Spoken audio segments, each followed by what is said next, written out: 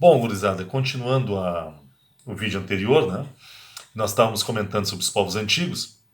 Agora começamos a comentar sobre o Egito Antigo, né, que tem uma relação também muito próxima com o vinho, tão próxima quanto a relação da Mesopotâmia com o vinho. O vinho no Egito tem também uma função mística, uma função religiosa.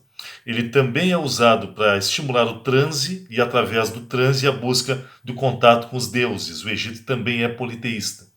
Embora a civilização egípcia tenha passado por um curto período em que um faraó chamado Amenófis IV impôs o monoteísmo com a crença no deus Atom, na história do Egito, o Egito foi historicamente politeísta, tirando essa tentativa de imposição do monoteísmo pelo faraó Amenófis, né? Dentro da ideia de que o Egito tem vários deuses vão ser associados ao vinho. Dentro da mitologia egípcia, o deus maior era Ra, né? O Sol, o deus solar, criador do mundo. E aí vocês veem também a questão do Egito e a presença do Sol, do deserto, né? Que faz com que eles tenham como deus principal deles o deus Sol, o deus Ra. Inclusive, acreditava-se que o faraó era a reencarnação de Ra, né? Segundo a mitologia do Egito, quem introduziu o vinho no Egito e introduziu a embriaguez na terra foi o deus Ra. Né? E dentro dessa ideia dos deuses, nós podemos destacar outros deuses que também são associados ao vinho no Egito. O próprio deus Osíris, né, que é o deus da natureza, da morte e da ressurreição, também era considerado deus do vinho. E aí é fácil nós entendermos por que os egípcios vão associar Osíris, o deus da morte, da ressurreição, ao vinho. Assim como Osíris morreu e ressuscitou, o vinho, a uva, ela morre e renasce. Ela passa pela estação em que ela morre para renascer com mais força depois. O ciclo da vida, do nascer e morrer, para nascer de novo, para morrer, está presente nos parreirais e está presente na mitologia do Egito. Os egípcios acreditavam na possibilidade da reencarnação, né? Os egípcios acreditavam na reencarnação e acreditavam que tu reencarnava no mesmo corpo que tu tinha ocupado em vida. É diferente da visão dos espíritas, por exemplo, dos kardecistas ou dos espíritas hoje em dia. Para os espíritas, o que existe é o espírito e a alma, né? E o espírito ou a alma usam um veículo, que é o nosso corpo, para ressuscitar, não é ressuscitar, para, como é que nós vamos colocar? Para, reencarnar, né? E a cada reencarnação, a alma, que é o que nos compõe, que é a nossa verdadeira essência, a alma ela reencarna para cumprir tarefas, missões. E cada vez que nós conseguimos cumprir essas missões através das várias reencarnações que nós temos, nós vamos nos purificando até nos tornarmos o espírito de luz. Essa é a crença dos espíritas hoje em dia. Para os egípcios era diferente. Tu não o espírito ou a alma ela reencarnava no mesmo corpo que tinha ocupado em vida. Essa era a crença dos egípcios, diferente da crença dos espíritas. E quando o espírito reencarnava, ele sabia tudo o que tinha acontecido e ele reencarnava para continuar a vida que ele tinha antes de morrer. Não é como a crença dos espíritas, segundo a qual tu reencarna para viver uma nova vida com novas tarefas e novas missões. Né? É outra visão. Para os egípcios existe a possibilidade da reencarnação, tu reencarna no mesmo corpo, desde que o corpo se preserve até a volta do espírito. Existem duas condições, segundo a visão dos egípcios, né, para que as pessoas, para que um morto possa reencarnar. Duas condições. Primeira, é preciso passar pelo julgamento de Osíris. Né? Osíris, ele, como deus da vida e da morte, quando a pessoa morre, ela é levada pelo deus Chacal, pelo deus Anubis, até a presença de Osíris. Osíris então faz uma série de perguntas para o morto. E através dessas perguntas, Osíris mede se nós temos condições de reencarnar ou não, segundo a crença dos egípcios. Além disso, Osíris pesa o nosso coração. Quanto mais pesado o nosso coração, mais pecados nós temos. Por isso, Osíris tinha o hábito de tirar o coração dos mortos e colocar numa balança. E num lado se colocava uma pena, uma pluma, e do outro lado se colocava o coração do morto. Se o coração fosse tão leve quanto uma pluma, é sinal de que a pessoa tinha tido uma vida boa e poderia reencarnar. Essa era a crença dos egípcios. Depois de passar pelo julgamento do deus Osíris, tu ainda tinha uma segunda condição para reencarnar. O teu corpo tinha que se preservar até a volta do espírito, porque tu usarias o mesmo corpo. Se o corpo fosse mexido, inutilizado, desrespeitado, agredido, o espírito ficaria o tempo inteiro buscando o corpo sem nunca encontrá-lo, e viraria uma alma penada, quase que uma alma penada, né? Por isso é que os egípcios realizavam inclusive as técnicas de mumificação. Os egípcios realizavam a mumificação para que os corpos se preservassem, para que os corpos se preservassem até a volta do espírito. Mas, Delmar, homens e mulheres podiam ser mumificados? Sim, embora a mumificação de homem fosse mais requintada do que a mumificação de mulheres. E para pobres? Também. Pobres também eram mumificados no Egito. Só que a mumificação de rico era mais requintada do que a mumificação de pobre. Nós vamos dizer, uma baita sacanagem. Não é o que nós fazemos até hoje na nossa sociedade? Não existem enterros diferentes de acordo com a classe social da pessoa? Então, não é muito diferente do Egito. Então, no Egito havia mumificação para todos, nobres e pobres, faraós e camponeses, que eram chamados de felás. Todos eram mumificados. Só que a mumificação variava de qualidade, né?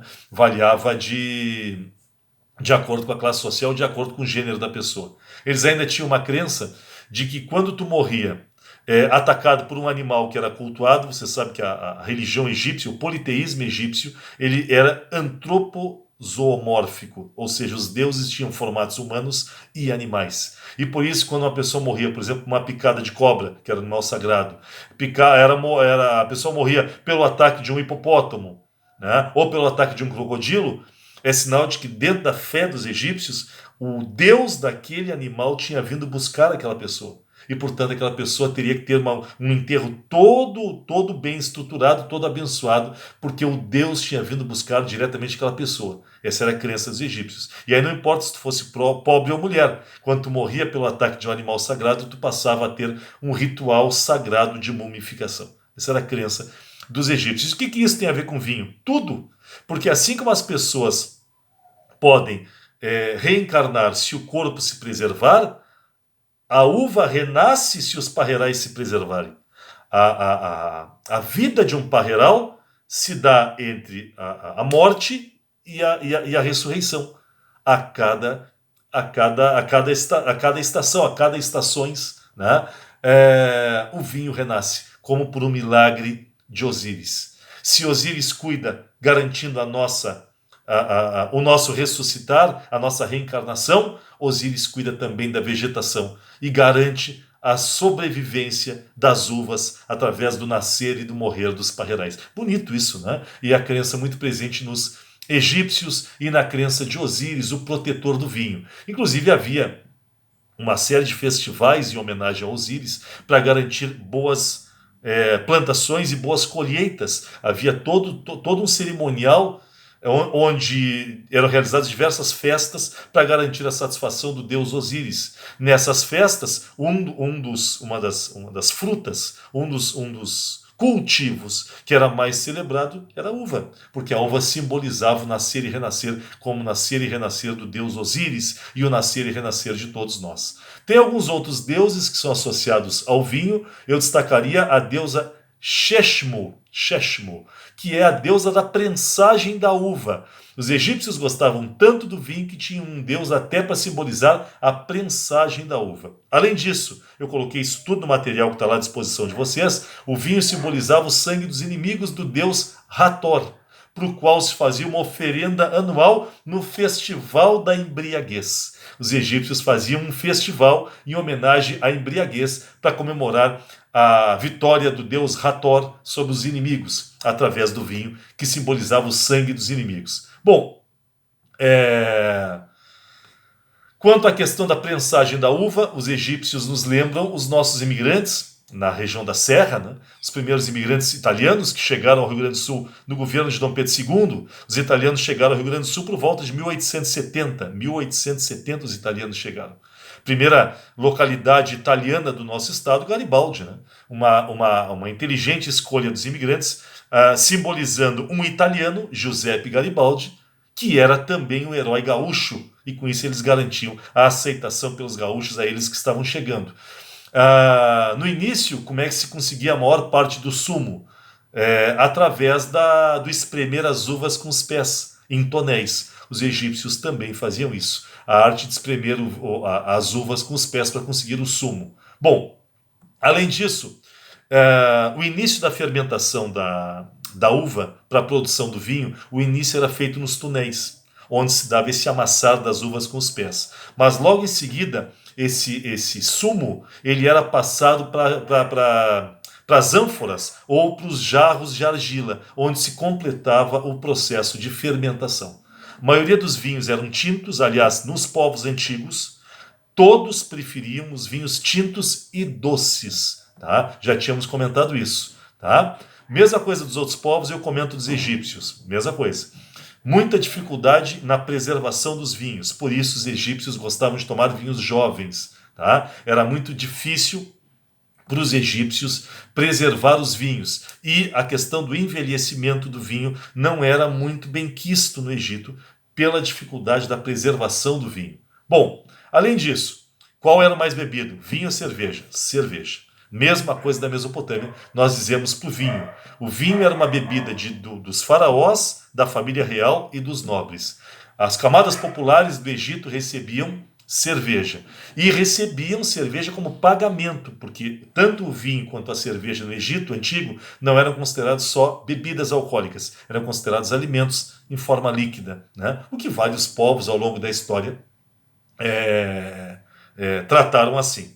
O que mais que eu vou destacar do Egito? Vamos destacar que no Egito antigo surgiu a mais antiga catalogação do terroir do vinho, né? Na tumba de Tutankhamon, Tutankhamon foi um faraó que morreu muito jovem, a gente chama ele de faraó menino. Ele era, inclusive, não se sabe se filho ou se genro do Amenófis, que implantou uma reforma religiosa, estabelecendo o monoteísmo no Egito. Foi uma tentativa de estabelecer o monoteísmo com a crença no deus Atom. Amenófis IV fez isso. Né? Depois que Amenófis morreu, quem assumiu foi Tutankhamon, o faraó menino, que morreu muito jovem, mas na tumba de Tutankhamon, inclusive o Tutankhamon, um faraó sem muita importância. A importância de Tutankhamon está nas riquezas que foram achadas na tumba dele, no sarcófago dele, quando se achou o corpo de Tutankhamon. Entre as riquezas, intermináveis riquezas, que foram achadas na tumba de Tutankhamon, se acharam ânforas de vinho. Com as ânforas com etiquetas registrando a região do vinho e o tipo de vinho. E o produtor. Produtor, região e tipo de vinho. Associando a região, o produtor e o tipo de vinho à qualidade do vinho. É a primeiro registro, a primeira preocupação histórica em registrar a região do vinho, associando a região e o produtor à qualidade do vinho. O Egito foi o pioneiro nisso. Né? O que mais que vamos destacar?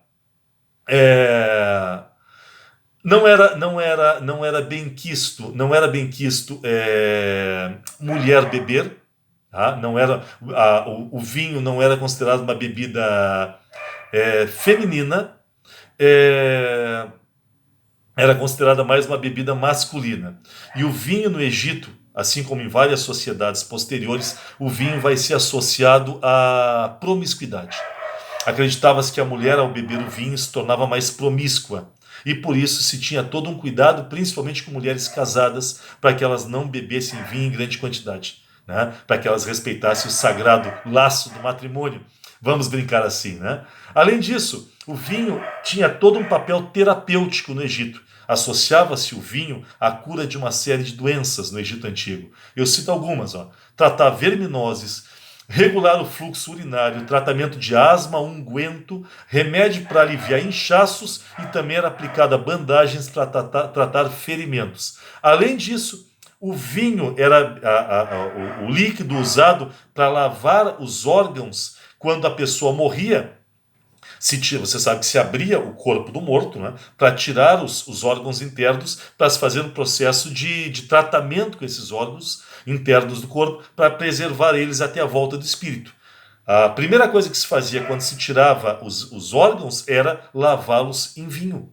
O objetivo disso, além de se acreditar das propriedades medicinais do vinho que preservariam os órgãos internos por mais tempo, também um pedido de proteção dos deuses àquela pessoa que está passando pelo julgamento de Osíris. Se Osíris é o deus do vinho, né, nada mais interessante do que preservar o corpo do morto que está se encontrando com Osíris para o julgamento com o vinho, a bebida sagrada do deus Osíris. São algumas características que eu destaco dessa civilização maravilhosa que é a civilização egípcia e a sua ligação com o vinho. Saio do Egito e passo em seguida para a civilização que difundiu o vinho pelo mar Mediterrâneo. E nós não vamos falar dos gregos. Sempre que a gente fala em mar Mediterrâneo e fala em vinho, todo mundo lembra dos gregos. E todos esquecem do primeiro povo que difundiu o vinho pelo mar Mediterrâneo, os fenícios. Fenícios hoje seriam os libaneses. E se nós fôssemos ressaltar a importância de um povo para a difusão do vinho pelo sul da Itália, sul de Portugal, sul da Espanha, o primeiro povo a levar o vinho para o sul de Portugal, sul da Espanha, sul da Itália, norte da África, o primeiro povo a levar o vinho para essas regiões e inclusive plantar parreirais nessa região foram os fenícios, antes dos gregos.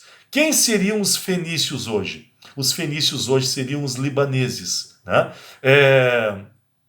A Fenícia, que hoje seria o Líbano, ela é caracterizada por um solo pouco fértil para a agricultura. Por isso é que os fenícios, assim como os libaneses, não são um povo que se destaque muito por agricultura. No mundo antigo, como os fenícios não conseguiram se dedicar à agricultura por causa da pouca fertilidade do solo, os fenícios buscaram outra atividade econômica, já que a agricultura ficava comprometida pelo solo deles. E os fenícios, se tinham o solo ruim, rochoso, em compensação, o solo dos fenícios, o território fenício, era coberto por madeira. Olhem para a bandeira do Líbano e vocês vão ver que no centro da bandeira do Líbano nós temos uma árvore representando a tradição milenar, histórica dos libaneses com a madeira. Mais do que isso, os libaneses ou fenícios, eles vão arrancar essas madeiras, principalmente o cedro, e vão usar para confeccionar navios. Os fenícios se dedicaram ao comércio marítimo. Já que eles tinham um solo pouco fértil para a agricultura, eles se dedicaram ao comércio marítimo e formaram, inclusive, a primeira civilização dedicada ao comércio marítimo. A civilização fenícia, primeira civilização dedicada ao comércio marítimo. Eles produziam vinho, mas eles também tinham a tradição de trocar vinho de outros povos com necessidade que esses povos tinham. Os fenícios seriam atravessadores. Então, por exemplo, os fenícios iam no Egito e descobriam que os egípcios tinham um vinho e queriam, em troca, pedras para a construção dos monumentos deles. O que os fenícios faziam? Buscavam um povo que tivesse pedras e que quisesse vinho, e faziam interlocução, faziam intermediação. Levavam o vinho do Egito e traziam para o Egito as pedras. Como é que eles ganhavam dinheiro? Cobrando uma porcentagem. Uma porcentagem do vinho que eles trocavam, ficava para eles. Uma porcentagem das pedras que eles trocavam, ficava para eles. Os fenícios são atravessadores. É por isso que a gente usa a expressão de que os fenícios eram os burgueses da antiguidade. Os libaneses eram os burgueses da antiguidade. E não é à toa que os libaneses até hoje são exímios comerciantes. Olhem para o centro de Pelotas. Boa parte do centro de Pelotas está na mão de sírios e libaneses. Boa parte mesmo do comércio do centro de Pelotas está na mão de sírios e libaneses. Ah, mas não está na mão de turcos? Não. Os povos que nós dizemos que são turcos, na verdade, são sírios, libaneses e palestinos, na sua imensa maioria. Inclusive, tomem cuidado. Quando vocês forem nas lojas do centro de Pelotas, evitem chamar aquelas pessoas de turcas, porque turco foi um império que dominou e oprimiu a Síria, o Líbano, a Jordânia, a Palestina. Portanto, ao vocês dizerem que é tudo turco, vocês estão chamando vários povos pelo nome do dominador deles. É que nem se viesse um estrangeiro e dissesse que nós somos portugueses, né? Afinal de contas, nós fomos dominados, nós fomos uma colônia de Portugal, então nós somos tudo portugueses, né? Nós nos sentiríamos ofendidos. E diríamos, não, brasileiro não tem nada a ver com português. O fato de termos sido dominados no passado não quer dizer que nós sejamos portugueses, nós somos brasileiros. Mesma coisa do pessoal do centro de Pelotas. Eles são sírios, libaneses, jordanianos e palestinos, na sua maioria. Né? E nós costumamos dizer que eles são turcos porque o Império Turco dominou todo esse território e fez atrocidades com esses povos, inclusive. Então, cuidado nisso aí. Tá? O fato é que os libaneses, que no passado foram os fenícios, foram os responsáveis por levar o consumo e o comércio do vinho pelo mar Mediterrâneo antes dos gregos. Tá? Antes dos gregos. Os fenícios plantaram uvas, por exemplo, na ilha de Ibiza e provavelmente introduziram a viticultura no sul da Espanha e no sul de Portugal. Nós devemos isso aos fenícios. Tá? Assim como quem levou pela primeira vez o vinho para as ilhas do sul da Itália foram os fenícios, antes dos gregos. Tá? Além disso, no norte da África, os fenícios também foram os responsáveis por levar os parreirais para lá. Tá? Não só os parreirais. Tem dois produtos que os fenícios valorizavam demais, tanto no consumo quanto no comércio: os parreirais e as oliveiras. Os fenícios difundiram o vinho pelo Mediterrâneo, mas também difundiram pelo Mediterrâneo o azeite de oliva, antes dos gregos. Bom, vamos adiante, porque o nosso tempo é curto, né? E a proposta dessa aula é dar uma visão geral, né? Sem se aprofundar muito nisso. Quem quiser se aprofundar em todas essas maravilhas do mundo antigo, entre em contato comigo e vamos estudar e vamos pesquisar. Eu indico fontes para que vocês pesquisem. Minha ideia é dar uma olhada geral.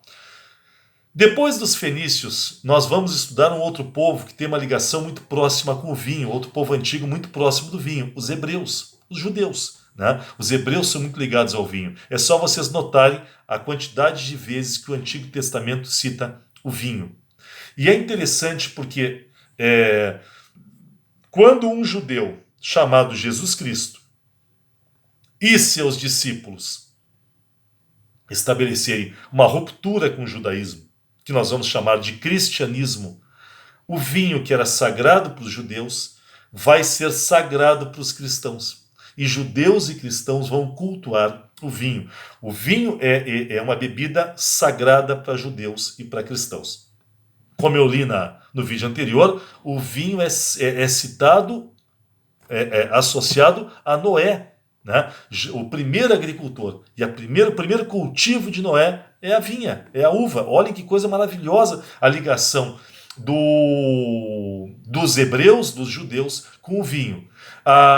No Antigo Testamento, em vários momentos se cita o vinho. E, inclusive, segundo os judeus, o vinho não surgiu, já tinha comentado isso, o vinho não surgiu na Geórgia ou na Mesopotâmia. O vinho surgiu no Monte Ararat, onde a Arca de Noé parou após o dilúvio. A própria ideia da origem da civilização judaica, da origem da civilização dos hebreus, da civilização de Israel, está associada ao vinho. Como a Bíblia nos deixa claro isso, o Antigo Testamento nos deixa claro isso em diversos momentos. Com isso nós demos uma olhada no Egito, demos uma olhada nos fenícios, demos uma rapidíssima olhada nos hebreus. Eu vou parar esse vídeo e porque nós temos que gravar um terceiro momento da aula de hoje, que é longa, nós temos que gravar um pouco sobre gregos e romanos. Mas para não ficar muito povo num vídeo só, estou parando aqui, estou postando esse segundo momento e num terceiro momento nós vamos analisar os gregos e os romanos. Já voltamos.